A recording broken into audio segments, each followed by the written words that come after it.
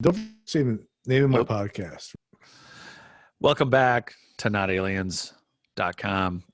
We are re-interviewing, I can't even not admit it, I am re-interviewing Gary from Everything Imaginable, who I am a regular on, and I blew our very first show by overwriting it the next day. So for all those fans and everyone listening, this is actually our take two of me failing tremendously at saving and preserving our original conversation. So thanks for everyone joining us. Gary, how are you? I'm pretty good. Don't worry about the amateur mistake. It happens to everybody at least once. And I might just put this whole thing in the member area for exactly that reason. Amateur hour. I'm number 6 in UK, which is. Yeah, so yeah, sorry about that. And I know we were Yeah, just happens, talking man. about I know, and I wanted to stick with like topics of our actual interest in interviewing people and the things that I mean, you've done so many episodes, and I remember being part of your 100th episode, which was really, I believe, number 93. Was that Yeah, right? but I published it as 100. So Yes. I told you guys it was 100. Then I lied to you about being 93. Then I actually put it out as 100. So, but it was your 93rd recording, Yeah, maybe. kind of. Yeah. So we were the 93rd episode. So who got to be 100, by the way? I have no idea. I never even checked. I'm working. Soon we're going to be doing 200. So. Yeah. So let me know when we're going to do a group call at 193. Yeah. Because if that's coming up, I mean, it's got to be around the corner, I guess. It will be soon. I just recorded 149 today. Oh crap. We are going to have to record soon. At the rate you're going, we could be recording in like end of March. A week. At the rate that I go. Actually, you're right. Like in 3 weeks, we could be on. I mean, I've done up to 8 a day. Oh, that's a long haul. Yeah, it's like a 16-hour day. I know we were talking before the show. We're not going to just go everywhere. I do want to repeat what we covered last time, but I do want to start with, you were talking for all the things, you have such a range of interests, and you've interviewed so many interesting people, and you've had such a, well, you yourself have such a widely broad investigative interests. I think it's cool to start with your freak out this morning as far as your latest interview and it being a psychic that you thought was. Yeah. I interviewed this psychic. Her name is Melanie Barnum. And I even bought the book. Sometimes I actually buy people's books, including yours. I bought yours on a Kindle, and I also have an autographed copy of your book. You bought mine on mine's available on Kindle? Yeah. It is? Yeah. I didn't know that. Yeah, I got it. And yeah, like out of the 50 psychics that I guess about 50 that I've interviewed, she was the one that blew me away the most. That's so interesting. What was it that was interesting about this one over all the other psychics? One was like she knew that I ate birthday cake before the episode, before I started recording. And you know, how would somebody know that? I mean, like literally, like right before, like I didn't even cut the cake. I was just eating the cake with a fork, you know, because I don't like using plates because it means I have to do dishes. So you're eating right off the cake? That's awesome. That's some Marie Antoinette stuff right there. That's yeah. And so she knew that. She knew that I was a musician. You know what it was? She knew that my great grandfather, his name was Moses, and that he was a really big storyteller. Oh no, that's interesting. What is that? What he did for a living, though? No, he was a coal miner, but he was notorious storyteller. He was like one of the best storytellers. I mean, he could tell you the most outrageous thing with a straight face, and people would believe it. And that's something that I'm really good at, also. You know, Yeah, I know. I that, remember that, that, recording your 100th episode. that's why like I even like if people ask my middle name, I'll say it's Moses because that was my great grandfather's name, even though it's not really my middle name. But I've kind of adopted it as my middle name. Okay, so it's not. What is your middle name? Does that matter? Or do you want to make one up? Moses. Is all right. So no one ever. So he never did storytelling as a profession. It was just something. No, Yeah. he was a coal miner. Well, that's an incredibly hard ass job. That's Yeah. just. Did Yeah. he ever run into weird artifacts or bones or anything? Not that he ever mentioned, no. I mean, he may have, but didn't say anything. He may not. I mean, this was a long time ago. I mean, he was my great grandfather, so he was doing that Oh, stuff in the 1800s. Yeah. I mean, he had black lung from doing the coal mining, and they actually treated it with cocaine. That's the way to treat diseases. People are missing out on the remedies now, and cocaine is it. It is good stuff. Not that we're giving any advice on that. Have you ever done coke? Oh no. So I grew up with severe allergies. I'm allergic to nuts, secondhand smoke. So when I was young, I almost died. I went into shock from I was at a party. Apparently I was a toddler and I started eating out of a nut bowl and nobody thought like, hey, people really have allergies because it's the 70s. Well, they had allergies, but so I was eating cashews and tree nuts and I went into shock. They took me to the hospital and they said, your son has allergies. And so from then on, and then of course my grandfather, who was a World War II tank commander, I was around him. Him and my grandmother smoked 5 packs a day. And I would be around that. My nose would just clog up. And then I had seasonal allergies. It was the worst. There was Kleenex boxes everywhere. I was the kid who blew his nose all the time. And then they're like, dude, have you gotten high? And I'm like, dude, nuts kill me. And it's like, no. And it's like, well, you should try edibles. And I'm like, do you understand that I used to be allergic? No, I've been paleo for about 10 years, but I'm allergic to weeds. Why would you have me smoke a weed or even eat a weed? I'm already allergic to weeds. So I eat dandelion, which I believe is a weed. So I blend that into smoothies. Right. But I don't, so ironically, you're talking to someone who's never been high. I've never smoked. One friend of mine asked me to do snuff once. That was a bad idea. I sneezed for about 4.5 hours straight. We used to do that in my math class. The whole class would do it, and everybody would just start sneezing in the middle of class. And the teacher would wonder what was going on. Why? It was Oktoberfest. We were at Oktoberfest, a huge place, Gasthof zur Gemütlichkeit. And we were at there, and they put up tents, and there was 10,000 people, and they're like, "You got to try snuff," and it literally destroyed the rest of my evening. I wonder if you still make that shit. Well, yeah, they serve it at Oktoberfest every year. There's snuff girls that walk around and they because I've never seen it like at the gas stations or 7-Elevens or anything anymore. Oh no, I'm sure you have to either get in a DeLorean and go back to 88 miles an hour to get there to get it, or I'm sure they sell it at tobacco shops. Huh. Yeah, maybe I could go back to doing that. Oh, see, that'd be perfect for like my podcast, you know. Yeah. It has all the benefits of not being high, but complete nasal irritation. Yeah, no, I stayed away from it. But yeah, we were talking about, I know originally the psychic thing I think is interesting in general. Overall, I always talk about genetic memory and full consciousness. I mean, collective human consciousness. I know that there's something to being actually psychic. Where do you draw the line? I'm curious between psychic and con artist. Do you think there is one? Oh yeah, money.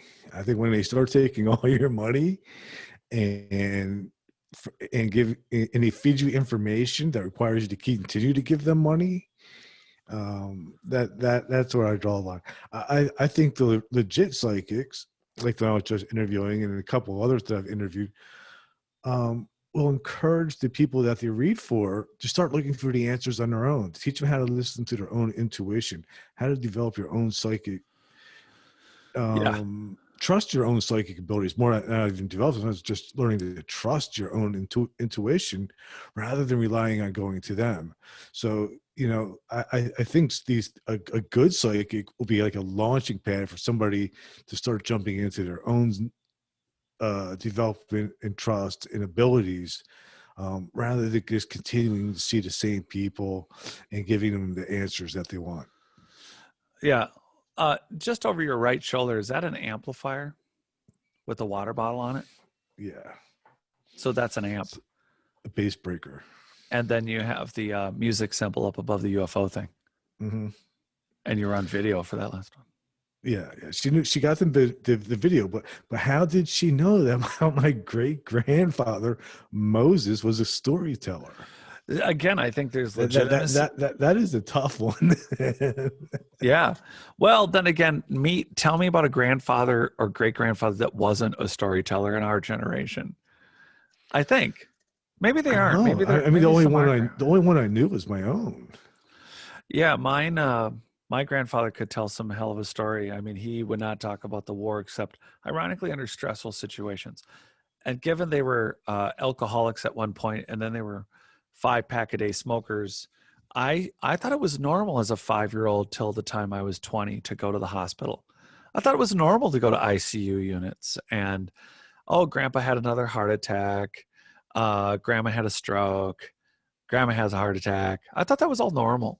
I thought that's what everybody does. And so he would tell stories during those times. If it was him waiting and if it was on grandma, we would sit. And that was the only time I could ever get him to talk about the war. Not that I picked at him about it. It's just that for some reason he would talk about it then. So, but yeah, so stories are stories. But yeah, I think one of the things I wanted to revisit right away from my massive failure as an amateur was we were talking about some of your most interesting shows last time. Right. So do you have a top few or ones that either weirded you out or freaked you out or super got you excited? I totally understand if it's none of mine. I had all kinds of weird things happen. I mean, if you look at my guests, I mean, I've had some really unique people. But some of the things that have happened, like one is I interviewed somebody who was a part of Project Stargate, the remote viewing program for the government, and he had sent me some of the original files that were created by Bob Monroe. And so I have those that has them authenticated and are real. And actually that story has continued to grow. Actually, just yesterday, out of the blue, somebody on Facebook that I wasn't even friends with sent me some CIA documents about those exact files that I had received. So they were more redacted, or were they similar, or were they just helped verify? They weren't redacted. I mean, they were just spot on. I mean, they were just about it. I just don't know how this person found me and knew that I may have had these files. Other people, I don't know how Facebook works, but I'm assuming like you might have the same secret files as this person. It could be a whole nother category. Mm-hmm. I don't know. I use Facebook strictly for interviews. Yeah. So that happened. That was pretty interesting. And then this episode isn't out yet, but I had done an interview with Olaf. Yeah. And the topic of that Antarctica base came up, and it made me. And we talked. We had a mutual friend who had been there. So it was just last week I interviewed him again, and I asked him about that base in Antarctica, and he told me a little bit about it. He didn't tell me everything, he held back. And I was like, that's interesting. And then yesterday when I published it, again, I had promoted it on some Facebook pages, and the granddaughter of Admiral Byrne sent me an email. Yes. And I'm actually going to talk to her later tonight because she's, oh God, he is the one who led the expedition to Antarctica. and claims that there's the and it goes right along. He was with Richard Allen Miller, and I believe Edgar Mitchell was also part of this. And but it's just crazy how some of these stories and some of these guests, they keep going. It doesn't stop with just the interview. No. It just grows, and some of these people just sort of come out of the woodwork, like, oh yeah, I know so and so, and I had another person contact me about her grandfather's friend also being part of that expedition in Antarctica. So all of a sudden now I have 3 connections to this story. Oh gosh, I would love to. I'm on 3 Beards tonight, and I would love to co-host or like just join in the background on that one. I can't believe. I mean, how many interviews has she given? Do you even know? I mean, has she? I don't know of that woman talking or that there was anyone related to Admiral Byrd that spoke about this directly. I don't believe she's talked to anybody. I'm going to talk to her tonight on the phone and see if I can get her to come on with me. Oh God, that's so exciting! It's crazy. That's nuts.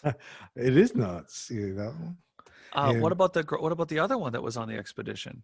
Somebody else came out that said they were on the expedition. Well, she said that the other one came out and said that her grandfather's friend was on the expedition. So I'm going to talk to her too and find out what I can find out. Because you don't know if they were like the boiler pump guy who never got off the ship. I'm gonna have to say though, something happened. I mean, they went there and they found something. Oh, for sure. Like from what Richard Allen Miller told me, and again, he had told me more on the phone, which I'm not going to say because I guess obviously he doesn't want people to know. But he told me like there's multiple levels of this base. On the first level was all Nazi stuff because the Nazis were using it. Then there was another level beneath that which was all Viking stuff. There was actually like Viking ships and all kinds of Viking stuff. And then below that, he said there was a huge pit. And he said it probably went down hundreds of feet, maybe even miles down. And the only 2 people that have been down to the bottom were Admiral Byrd and Edgar Mitchell. Really? So this is in Antarctica? Yes. And so it's you're talking about through the ice, not through the ground, like the frozen layer of ice in Antarctica, and then I don't know the geology. Well, because like the coastline, the big thing is the Piri Reis map makes no sense because it's a map that dates to 1516, and it took to the 50s for us to sort out through seismic evidence to really figure out the coastline to Antarctica, right? So nobody knew the coastline of Antarctica, but yet there it is in the Piri Reis, Admiral Reis's map from Turkey.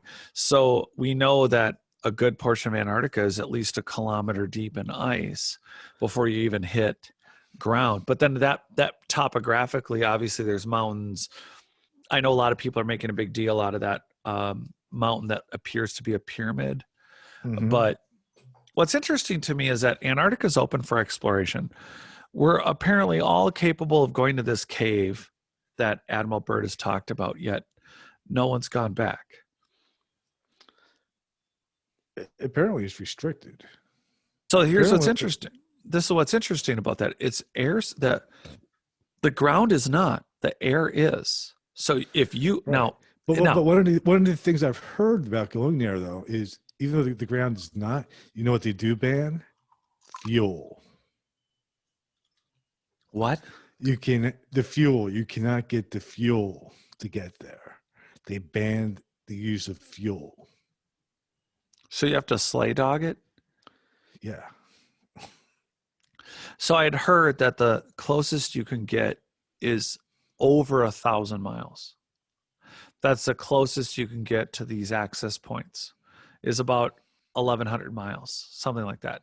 Mm-hmm. And that, like I don't understand how people make the effort to go there, but they haven't.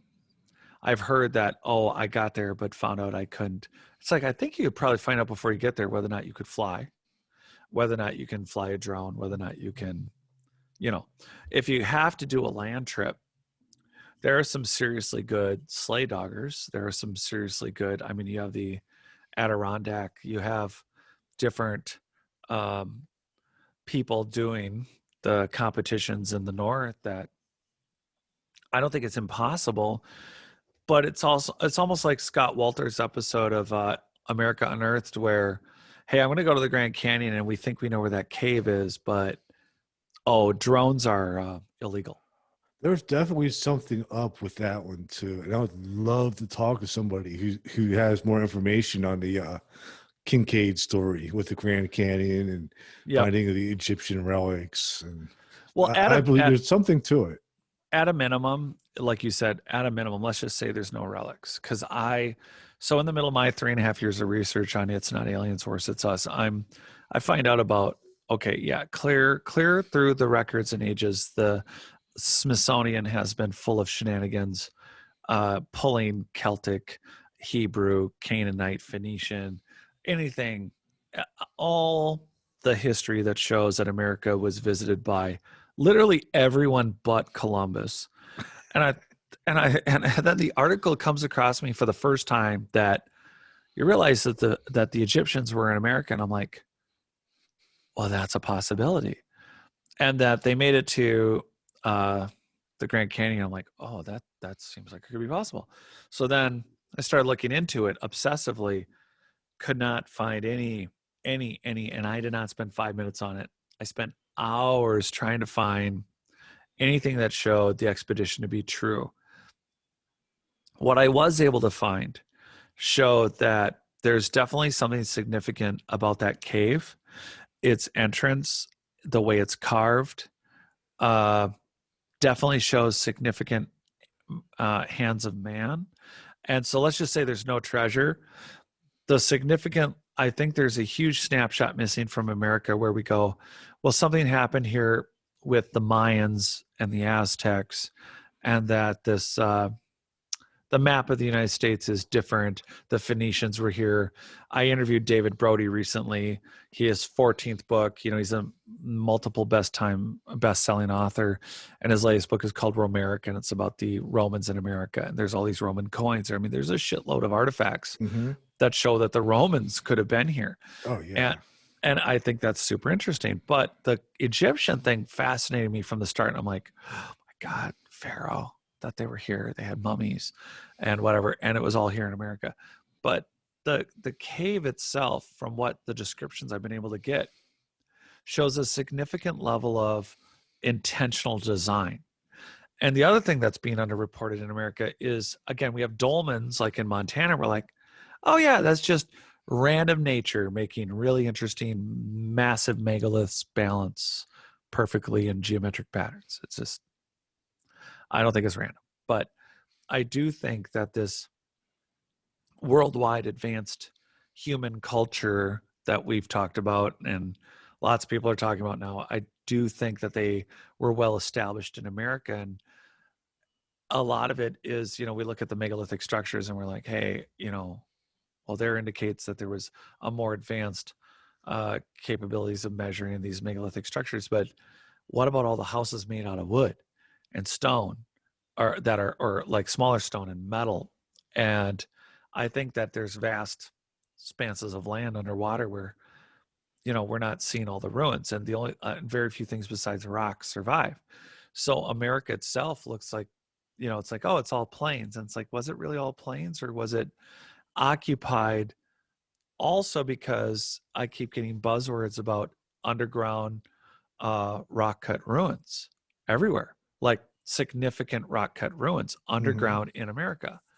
And we're talking like large storehouses, warehouses, and then tunnel systems, not the ones that the new ones we're making, but older ones. So I don't think it's out of line. And even if it wasn't the Egyptians, like America Unearthed, they were like, yeah, we brought climbers. And I'm like, well, you guys know that it's a multi-pitch route. So you're going to need more than one rope, and you got to get down into it. It's very possible to climb into this cave system, which apparently is not illegal, but flying a drone is.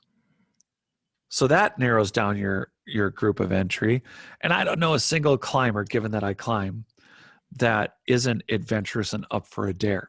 So if you tell any decent climber, hey, we need you to not climb, but we need you to rappel down into this cave, I can name an uncountable number of very good climbers that would be like, yeah, okay, let's do it. But it hasn't happened. Why haven't you done it? Well, so there's the irony. I didn't know that we had actually re-identified where it was until I saw this America Unearthed, only by accident, by the way, despite all the research I had done looking through. See, I was trying to look through all the old news articles originally about that thing and trying to find like, okay, did they find artifacts? Did they not find artifacts? Who was looking at it? Who was writing about it? And so it never occurred to me to watch. I had no idea that America Unearthed had an episode about it. I mean, I know Scott Walter, but it's not like I ask him about every episode he's ever done.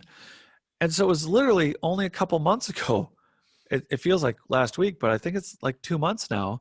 I see an episode where like, well, yeah, we were going to climb down there, but you can't use a drone, but you can climb. And I'm like, so we could get down in there. So you're But, well, yeah, hell, I'd do it in a second. But when I are you didn't gonna know. do this? So I'm planning I'll go two with you. Oh, would you want to do it? I'll do So it. I got 2 expeditions planned. One, I'm working out some stuff with Dennis Stone at America's Stonehenge. I'm Mhm. working out some stuff for New Hampshire that I'm hoping to move forward on. I'm also planning a dig with an archaeologist and friend of mine for South America.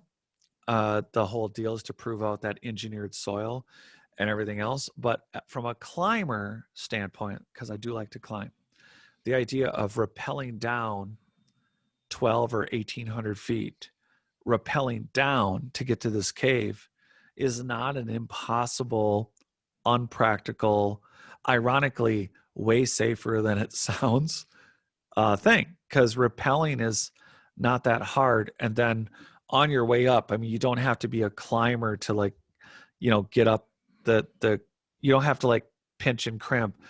There's a device you can put on the rope and you can basically like put your foot in it, pull yourself up, put your foot in it, pull yourself Mhm. up. And Or so, you could just use a winch. yeah, I don't know how big of a wheel you need to get down. I don't know if they make them 2,000 feet long. I don't know if that's a thing. I don't know if we Yeah, could. we could make one. Well, How hard could it be? quite frankly, so Or what's use like a cable truck, like like those cable trucks that you use to run phone lines. I'm right, sure you but get 2,000 feet on that. that's also true. Yeah. So from a climber standpoint, I think what's unsafe about it is not having a knowledge of climbing and not being able to, uh, again, if you tie the correct knots and you use the correct harness, it doesn't matter if it's 5,000 feet, 2,000 or 1,000. Devil's Tower is, there's a lot of routes that are 900 to 12, 1,300 feet. Well, I mean, the whole thing is that the height of the tower doesn't determine the height of the route, because depending on where the rubble is, you start up here and start at the Mhm. base. So some of the routes are 700, and I think some routes run to like 11 plus 100 square feet. The issue with it is, of course, how you tie yourself off, how you're securing your ropes. That's what makes it safe or unsafe.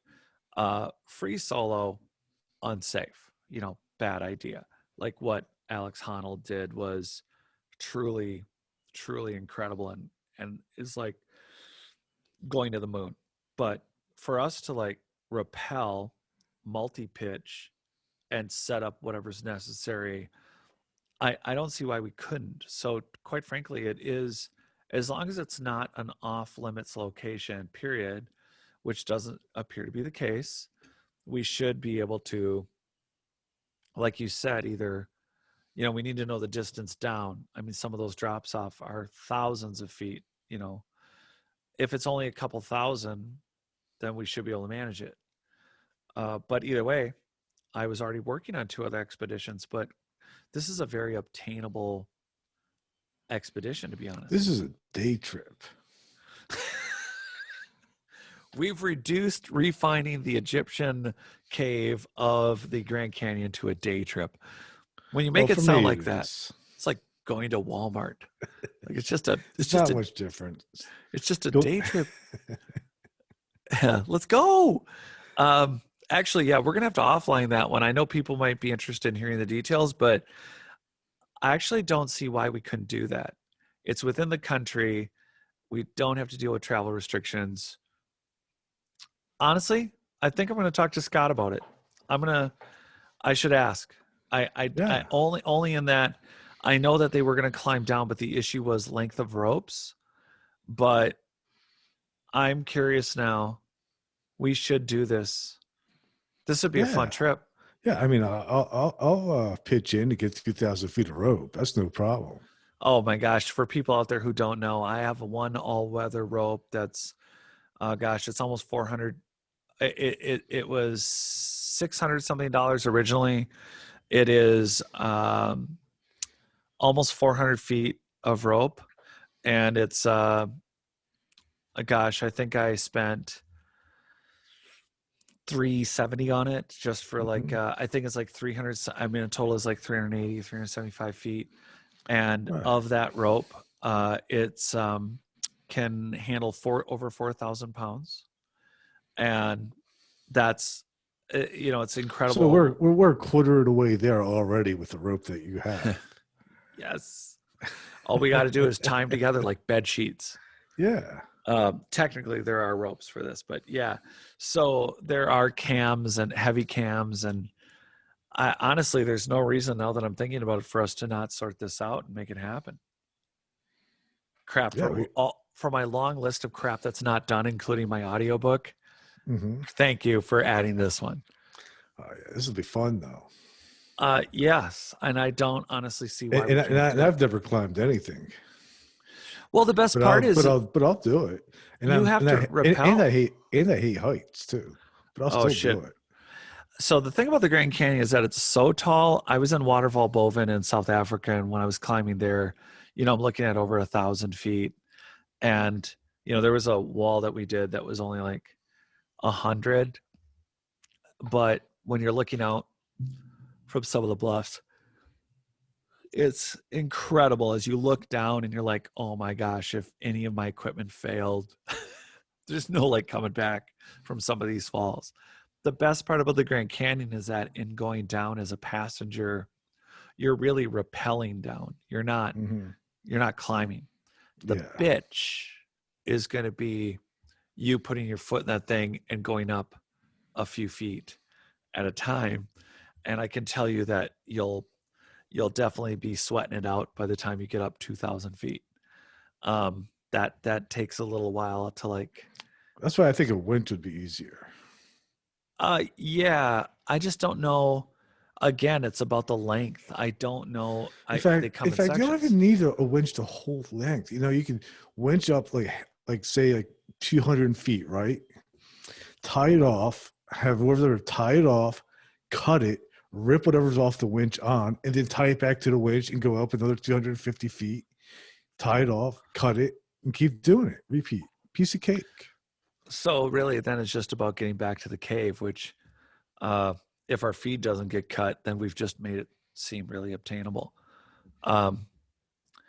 I don't see a reason not to do this, and I can't even say let's offline it. I'm too busy like working out the mechanical details of No, I just figured it out for you.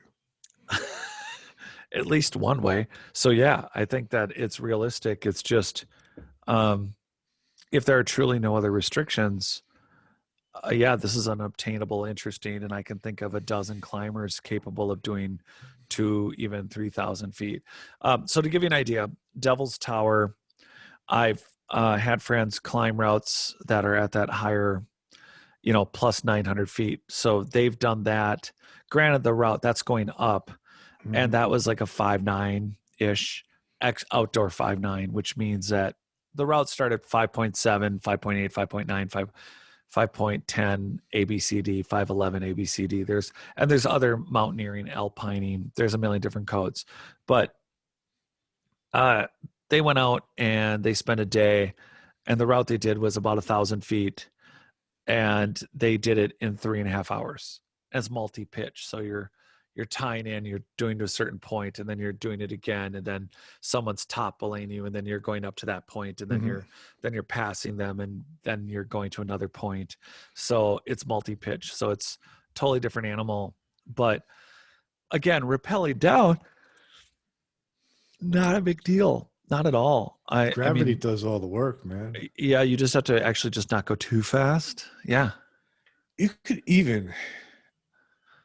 I got another idea, actually. Okay. You could rappel down to the cave, right, and bring a parachute with us, Oh and then shit. parachute out the cave down to the bottom, and, Uh, and hop in a truck and ride home, oh God. So or so like the use one those thing. squirrel suits.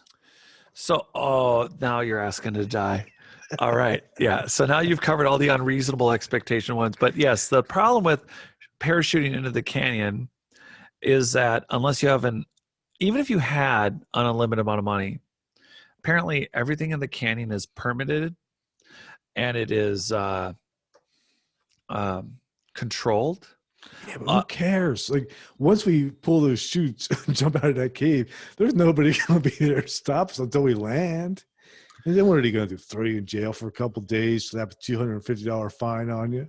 well, there's the irony is that we're not recommending anyone do this, by the way. However, if you get down to the canyon, if you parachute in, you're going to be at a point in the canyon, I believe, that's not occupied by. You would have to wait for one of those boating expeditions to bring you to to even come by We and could be put at a one down there. Just right. leave. We could even bring a canoe with us, a couple kayaks. We could drop them off on their own parachutes and Yeah, hopefully land by them. Or I guess we could winch. Like no one has a 5,000 foot winch, so we're not going to get them lowered down without some holes and some bang ups.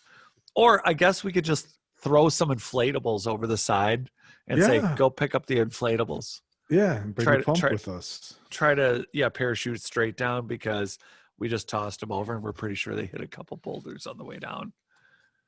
That's possible. Like at the sky bridges at the Grand Canyon. It's on Hmm. the south rim. It's usually people come from Vegas and they end up at that skywalk where you can walk out. And so the short drop as you look down below the sky bridge is 2,300 feet. That's to a ledge, which is a significantly decent ledge.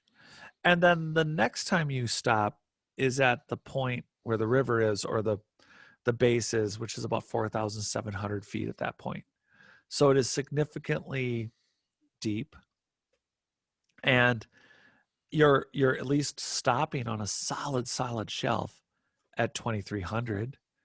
So you just got to like get something over the side wherever you're at that doesn't land halfway up the canyon. You know who would do this with us?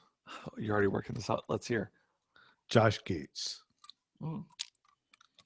I have no idea. Who is this? You don't know who Josh Gates is? No, Google unless him. they're related to Bill Gates. No. Look up Josh Gates. Look him up right now. I'm doing it now for all those waiting for a big reveal. It's going to be a big reveal. Let's see. I'm going to go to DuckDuck for no random reason. Josh.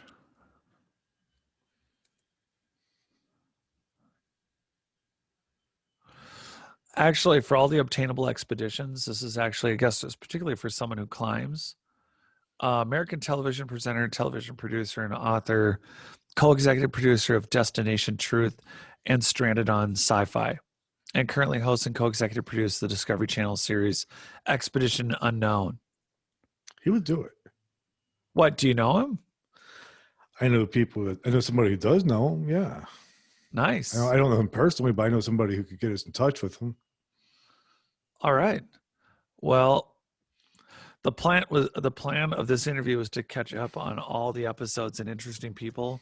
Instead, we are live planning this is the insemination of an expedition.